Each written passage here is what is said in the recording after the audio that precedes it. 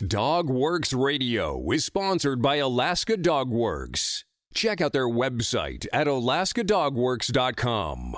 You can support this podcast on patreon.com/First Paw Media. Did you know that there are all sorts of dog sports that you and your dog can compete in, like barn hunt, fast cat, field trials, scent work, obedience, and more? And now is a great time to get your dog involved. It is never too late. In fact, in an upcoming podcast series, we are going to be doing something cool that we call Walk and Wag, where we showcase a different dog sport each week on our podcast that is specifically designed to be listened to while you are out on a walk with your dog. How cool is that? From First Paw Media, sponsored by Alaska Dogworks Professional Canine Training Center in Anchorage, Alaska. This is Dogworks Radio, committed to families and their dogs to build lifelong and fulfilling relationships. Visit our website at dogworksradio.com. Now here are your hosts, Robert and Michele Forto. Hello and welcome to Dogworks Radio. I'm your host, Michele Forto, and I'm also the lead trainer of Alaska Dogworks, where we help you build a better relationship with your canine buddy. The name of our company was designed to imply that we specialize in working dogs, like service, therapy, protection, and more. But did you know that we have competed in several dog sports too? If you have followed us for any amount of time, you know that we are dog mushers, and Robert has competed in competition obedience and weight pulls and more. Well, on today's podcast, we are going to talk all about how you can get your dog involved in sports too. Could the dog lying beside you on the couch actually be an athlete in the making? If you start researching how to get involved in dog sports, you'll often see lots of young dogs training, so you might feel like you're behind if you have an older dog. But the great thing about dog sports is that they're very welcoming and accessible to dogs of any age. In fact, the majority of dogs who compete in sports at the national level are senior dogs, or 7 and older. Ready to get started? Well, here are some great ways to introduce your older dog to the world of dog sports. Start basic. Contrary to the old saying, you absolutely can teach an old dog new tricks, and you absolutely should. Our dogs thrive on interaction with us. Dogs love to play and learn new things, and it's never too late to start. So instead of just sitting on the couch or putting your dog in the backyard, spend some quality time brushing up on basic manners and obedience. Teach a new trick, or even sign yourselves up for an introductory class at your local dog training facility. You can start by earning your virtual home manners title. Talk to your vet. If you have an adult dog or a senior dog who has been fairly sedentary for a while, it's always a good idea to schedule an appointment with a veterinarian before beginning training. Discuss the activities that you are planning to get involved with and gather information from your vet about activities to avoid or be careful with. Build motivation. If your dog has spent most of their life going on an occasional walk, but not otherwise doing much, you may want to start by building their desire to learn and engage with you. Begin with activities and rewards you know your dog likes or is interested in. If you aren't sure what kinds of treats your dog likes, it's helpful to experiment with different options. The goal is to find treats that will be high value, meaning your dog doesn't just like the treat, but loves it. Use these treats when practicing new skills and teaching something new to build motivation for training and learning. Regardless of what activity, sport, or skill you and your dog are beginning to explore, keep your training sessions short and fun. Learning is hard work mentally and potentially physically as well. Your dog will need to build up attention span and endurance for training. Be sure to end each session on a positive note. The idea is that you don't want to be drilling skills over and over again. Instead, leave each training session with your dog wanting more, not feeling tired or overwhelmed. Develop drive. It's essential to build drive, also known as engagement and excitement for training.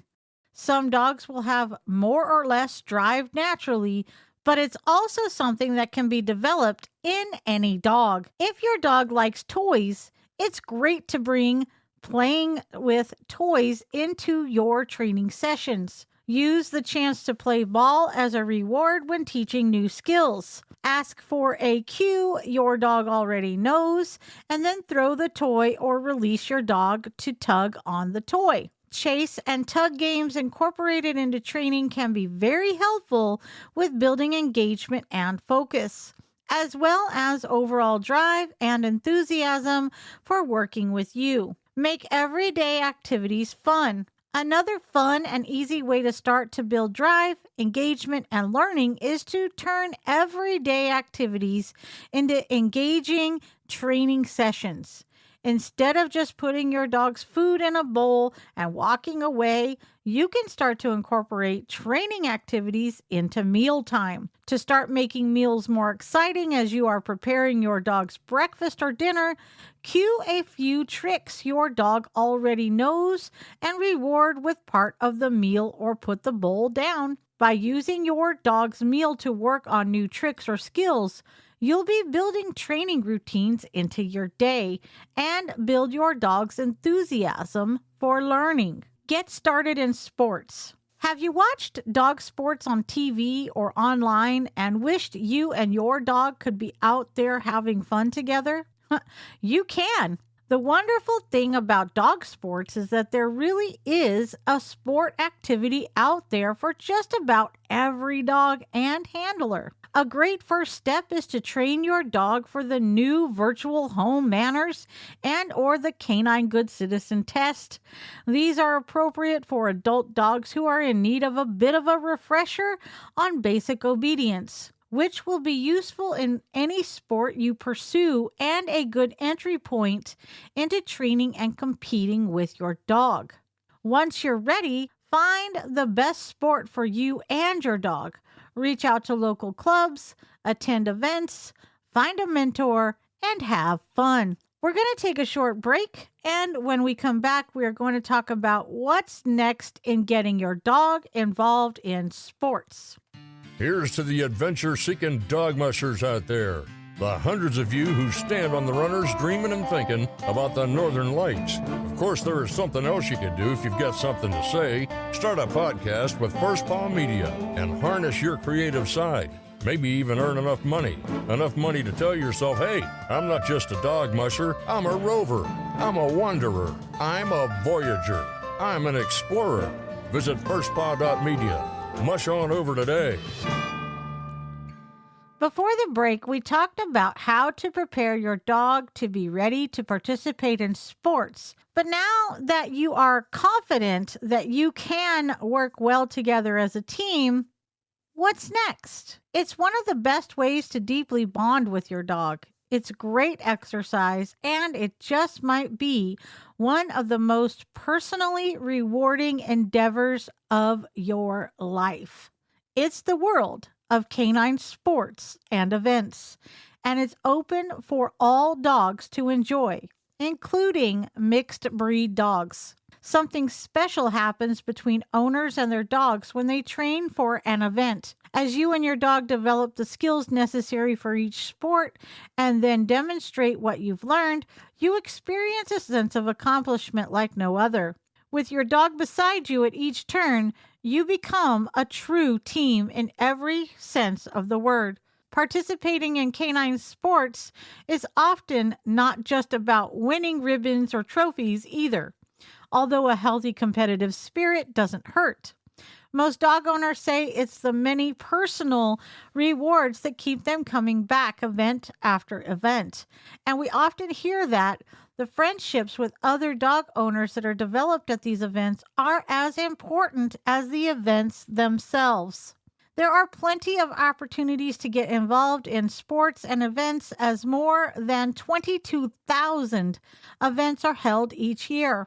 Whether you just train for fun or actually compete, we guarantee that you'll feel a sense of pride at seeing your dog in their happy place, showing off new skills and accomplishing incredible goals together. Important terms to know. Before you get too far, it's important to understand a few key terms that often confuse newcomers but are commonly used in canine sports and events. Trial means competition. Conformation is the official word for dog shows. If you get really into canine sports, you might call yourself a fancier. Competitors are called exhibitors. Let's talk about how to begin. If you haven't seen a canine sporting event in person, go to one or several to familiarize yourself with what happens in the ring and to experience the energy and camaraderie. Then get involved with your local AKC club. Not only do they offer invaluable resources and training classes, but you'll also meet new people with similar interests who are more than willing to share their knowledge and lend a hand. Find the right sport for you and your dog. There are many canine sports to choose from, and many people participate in more than one. But when you're just starting out, it can be hard to decide which one to try first. Start by assessing your dog's appearance, health, and temperament. Think your dog is a perfect example of their breed? Try showing your purebred dog in conformation. There are links to all of these sports over on our website, or you can always just search dog sports on alaskadogworks.com. Is your dog highly energetic? Do they enjoy running and responding to instruction? If so, agility could be a great fit. Has your dog mastered basic commands such as sit, stay, and heel and seems eager to learn more? Try obedience. Is your dog a scent sleuth? Can they find their food and toys by smell alone? Try AKC scent work. Does your dog like doing obedience work in a low-stress environment? Have you never competed before? AKC Rally is a great place to start. Does your dog have an instinct to chase? Is he speedy? Try running the coursing ability test or Fast Cat. Will your dog follow a scent no matter where it may lead? Do they work well independently? Try tracking. Think your dog has a natural instinct for livestock? Herding is a sport for purebred dogs bred to herd, and the Farm Dog Certified test is for all dogs. Do you have a small terrier or dachshund? Have the vermin in your yard met their match? Earth dog tests might be for you. Barn Hunt taps into these instincts and is for all dogs. Is your dog a sight hound? Lure coursing may be just their speed. Is your dog a pointing breed? Spaniel, retriever, or hound? Explore the rich tradition of field events. If you have a coonhound, you know it. Does your dog run whenever given the chance? Are they an explorer? Do they have high bursts of energy and then crash? Find a coonhound event near you. There are others too, like mushing, bike touring, canicross, weight pulls, rally, and more. So what do you need to compete? Generally speaking, to compete in an AKC sport or event, your dog must have an AKC number. Whether your dog is an AKC recognized breed, mixed breed, or a breed not yet recognized, there is a path to acquiring an AKC number so that you and your dog can compete in sports. choose one of the following. AKC registration number. This number is provided to a dog owner via a registration certificate received from the previous owner or via a puppy registration paper given to the new owner by the breeder. Purebred alternative listing or PAL. If a dog is a purebred but an AKC registration number is not possible, owners can apply for PAL numbers. AKC Canine Partners number. This number is given to either mixed breed dogs or a purebred. Foundation Stock Service, FSS numbers. This number is used for breeds whose status is currently in the foundational stage of being recorded into our registry and requires a copy of the dog's pedigree. In addition, your dog must be physically sound and up to date on all inoculations and health checkups. Spayed females and neutered males are eligible to participate except in conformation and select performance events. Females may not be allowed to participate while in season, depending on the sport. However, each sport has its own rules and regulations, so be sure to familiarize yourself before you get started. So this is just the beginning. Like I said at the top of the show, stay tuned to our upcoming Walk and Wag podcast series, which is going to be specifically designed to listen to while you take your dog out for a walk. How cool is that? Please subscribe to our podcast so you will never miss an episode. Have you competed in a sport with your dog? Which one? Let us know in the comments section or on our socials. Just search DogWorks Radio. And one last thing, did you know the best thing you can do for our show is to tell your family and friends how you listen?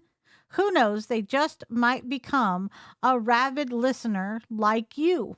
I'm Michele Forto for DogWorks Radio and First Paw Media. See you next time. From First Paw Media, this is DogWorks Radio. We hope you enjoyed this podcast, and we invite you to subscribe in Apple Podcasts, Spotify, Stitcher, or wherever you get your podcasts. You'll find a link on the episode notes. You can tap or swipe on the episode cover art, and you'll see some offers from our sponsors. You can support our show by supporting them.